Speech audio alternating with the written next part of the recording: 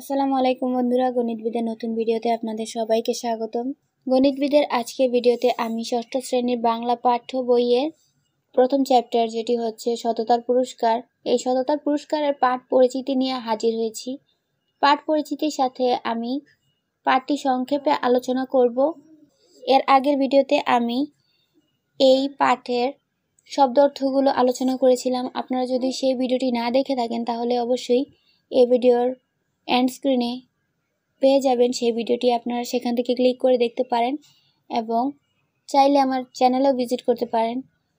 এটি নতুন বছরের দ্বিতীয় ভিডিও এবং আমি চেষ্টা করব আগামীতে স্টেপ বাই স্টেপ সবগুলো চ্যাপ্টারের সমাধান দেওয়ার এবং গণিত এবং অন্যান্য সাবজেক্টগুলোরও সমাধান আমি নিয়ে হাজির হব। আমি সবগুলাই আপনাদের সাথে শেয়ার করার চেষ্টা করব এবং আপনাদের বলে রাখি, এই চ্যানেলে আমি প্রথম শ্রেণী থেকে শুরু করে একদম দ্বাদশ শ্রেণী পর্যন্ত সব ধরনের প্রশ্নের সমাধান আলোচনা করব এবং দেওয়ার চেষ্টা করব।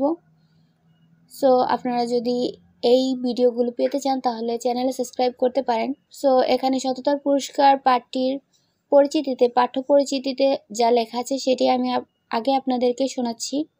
সাধু রীতিতে রচিত এই গল্পে হাদিসের কাহিনী বর্ণিত হয়েছে। এই গল্পের মূল বাণী হচ্ছে, আল্লাহ মানুষকে পরীক্ষা করেন এবং সৎ লোককে যথাযথ পুরস্কার দেন। আরব দেশের 3 জন লোককে পরীক্ষা করার জন্য আল্লাহ একজন ফেরেশতা পাঠান। তাদের একজন ধবল রোগী, একজন টাকওয়ালা এবং আরেকজন অন্ধ। ফেরেশতার অনুগ্রহে এই 3 জনেরই শারীরিক ত্রুটি দূর হলো।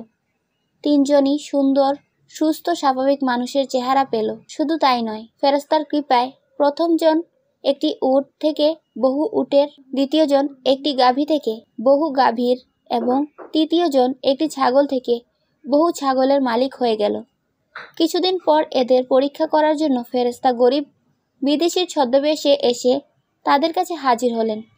তিনি এক একজনের কাছে গিয়ে তাদের আগের দুরবস্থার কথা স্মরণ করিয়ে দিয়ে তাকে সাহায্য করতে বললেন। প্রথম 2 জন তাদের আগের অবস্থার কথা অস্বীকার করে ছদ্মবেশী ফেরেশতাকে খালি হাতে বিদায় দিল। অন্যদিকে তৃতীয় জন নির্দ্বিধায় ফেরেশতার ইচ্ছা মতো সবকিছু দিতে রাজি হলো। আল্লাহ তার উপর খুশি হলেন এবং তার সম্পদ তারই রয়ে গেল। প্রথম 2 জনের উপর আল্লাহ অসন্তুষ্ট হলেন এবং তাদের অবস্থা আগের মতো হয়ে গেল। অকৃতজ্ঞরা তাদের অকৃতজ্ঞতার উপযুক্ত ফল পেল। এখানেই এই পাঠের পাঠ্য পরিচিতিটি শেষ। চলুন এবার গল্পটি একটু সামান্য আলোচনা করি। এখানে চ্যাপ্টারের নাম হচ্ছে সততার পুরস্কার, গল্পটির নাম সততার পুরস্কার এবং এর লেখক হচ্ছেন মোহাম্মদ শহীদুল্লাহ। এখানে আরব দেশের একটি ঘটনা আলোচনা করা হয়েছে। সেই আরব দেশে 3 জন লোক ছিল। একজন ছিল ধবল রোগী, যার সমস্ত শরীর সাদা থাকে। এই ধরনের রোগ আপনারা সচরাচর দেখতে পারেন, চামড়া এবং চুল সাদা হয়ে যায়, এটা এক ধরনের চর্মরোগ। সো প্রথম জন ছিলেন ধবল রোগী, পরবর্তী জন ছিলেন টাক, মাথায় চুল ছিল না, এবং তৃতীয় জন ছিল অন্ধ।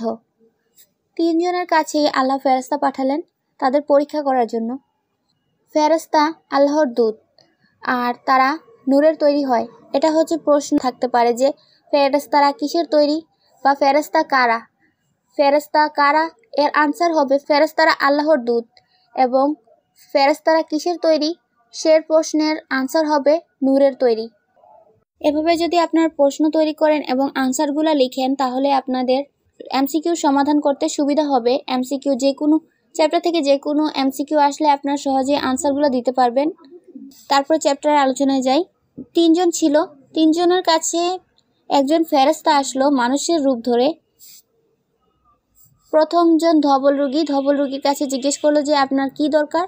সে বলল, আমার গায়ের রং যদি ভালো হয়ে যায় তাহলে আমি অনেক খুশি হব, সবাই আমাকে আমার গায়ের রঙের জন্য ঘৃণা করে।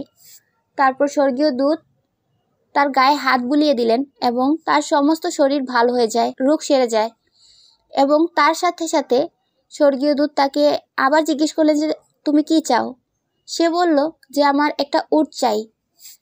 তারপর স্বর্গীয় দূত তাকে একটি গাভীন উট দিল এবং স্বর্গীয় দূত পরবর্তী লোকের কাছে গেল, যেমন টাকওয়ালার কাছে গেল। টাকওয়ালাকেও একই প্রশ্ন করলো। সে বলল যে আমার মাথায় চুল নেই, আমার চুল থাকলে আমি খুশি হতাম। আল্লাহর দূত তার মাথায় হাত বুলিয়ে দিলেন এবং তার মাথায় চুল গজালো। তারপর তাকে আবার জিজ্ঞেস করা হলো যে সে কি চায়। সে বলল আমার একটা গাভী চাই। তাকে গাভী দেওয়া হলো এবং তৃতীয় জন যিনি অন্ধ ছিলেন তার কাছে গিয়েও স্বর্গীয় দূত একই প্রশ্ন করলেন যে তোমার কি সমস্যা, তুমি কি পেলে খুশি হবে। তিনি বললেন আল্লাহ যেন আমার চোখ ভালো করিয়ে দেন, আমি যেন সকল লোকের চেহারা দেখতে পারি। তারপর তার চোখে স্বর্গীয় দূত হাত বুলিয়ে দেন এবং তার চোখ ভালো হয়ে যায় এবং তাকে একটি ছাগল দেওয়া হয়। এভাবে তারা উট, গাভীন এবং ছাগল নিয়ে এগুলা থেকে বাচ্চা হলো এবং বাচ্চা হওয়ার পর তাদের গাভী, উট এবং ছাগলের সংখ্যা অনেক বেড়ে যায়। মাঠ ভরে যায় তাদের ছাগল, গাভী এবং উটে।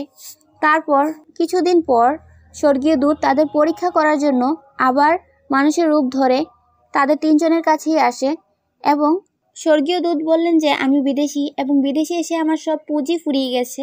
এখন আল্লাহর দয়া ছাড়া আমার দেশে ফেরার কোনো উপায় নেই। প্রথম ধবল রোগীর কাছে বললেন যে যিনি আপনাকে এই সুন্দর রং দিয়েছেন, ধন দৌলত দিয়েছেন, তার দোহাই আমাকে সাহায্য করুন, আমাকে একটি উট দিন। কিন্তু ধবল রোগী বলল যে উটের অনেক দাম, আমি দিতে পারবো না। তারপর স্বর্গীয় দূত বললেন যে তুমি ধবল রোগী ছিলে আর সকলে তোমাকে ঘৃণা করত, তুমি না গরিব ছিলে, পরে তোমাকে আল্লাহ ধন দৌলত দিয়েছেন। এখন যদি তুমি আমাকে সাহায্য না করো, যদি তুমি মিথ্যা বলে থাকো, তাহলে আল্লাহ তোমাকে তোমার আগের অবস্থানে ফিরিয়ে নেবেন। এবং ধবল রোগী তার আগের অবস্থানে ফিরে যায়। তারপর টাকওয়ালার সাথেও একই ঘটনা ঘটে। স্বর্গীয় দূত বিদেশির ছদ্মবেশে গিয়ে টাকওয়ালার কাছেও গাভী চায়, সেও দিতে অস্বীকার করে এবং স্বর্গীয় দূত আবারও বলেন যদি তুমি মিথ্যা বলে থাকো তাহলে তুমি তোমার আগের অবস্থানে ফিরে যাবে। তার সাথেও একই ঘটনা ঘটে, সেও ধবল রোগীর মতোই আগের অবস্থানে ফিরে যায়। তারপর সবার শেষে স্বর্গীয় দূত অন্ধ লোকটির কাছে যান এবং তাকেও সেই একইভাবে একই কথা বলেন, কিন্তু অন্ধ লোকটি অস্বীকার করেনি। তিনি আল্লাহর কসম করে বলেন আল্লাহর উদ্দেশ্যে যে জিনিসটি তুমি নিতে চাও তুমি সেটি নিতে পারো। ফেরেশতা বলেন বাস তোমার জিনিস তোমারই থাক, আমি তোমাকে পরীক্ষা করতে এসেছিলাম এবং আল্লাহ তোমার উপর খুশি হয়েছেন এবং তাদের উপর বেজার বা অখুশি হয়েছেন। এই পাঠের মেন উদ্দেশ্য হচ্ছে সততা, পরোপকার এবং নৈতিক মূল্যবোধ অর্জন। ধন দৌলত এগুলো আল্লাহর দান এবং সেগুলো নিয়ে অহংকার করা উচিত নয়। আল্লাহ যেমন দিতে পারেন ঠিক তেমনি কেড়ে নিতে পারেন। আমি আপনাদেরকে এই পাঠটি সংক্ষেপে আলোচনা করে বোঝানোর চেষ্টা করেছি। আপনারা কতটুকু বুঝেছেন তা অবশ্যই কমেন্টের মাধ্যমে জানাবেন এবং আগামী ভিডিওতে আমি লেখক পরিচিতি নিয়ে আলোচনা করব। এরপর বহু নির্বাচনী প্রশ্ন এবং সৃজনশীল নিয়ে আলোচনা করব স্টেপ বাই স্টেপ। আশা করি আপনারা চ্যানেলে সাবস্ক্রাইব করে আমার পাশেই থাকবেন এবং আপনাদের যদি কোনো প্রশ্ন থাকে তাহলে অবশ্যই কমেন্টের মাধ্যমে জানাতে পারেন, আমি আনসার দেওয়ার চেষ্টা করব। সম্পূর্ণ ভিডিওটি দেখার জন্য ধন্যবাদ। দেখা হবে পরবর্তী ভিডিওতে। ততদিন ভালো থাকুন, সুস্থ থাকুন। খোদা হাফেজ।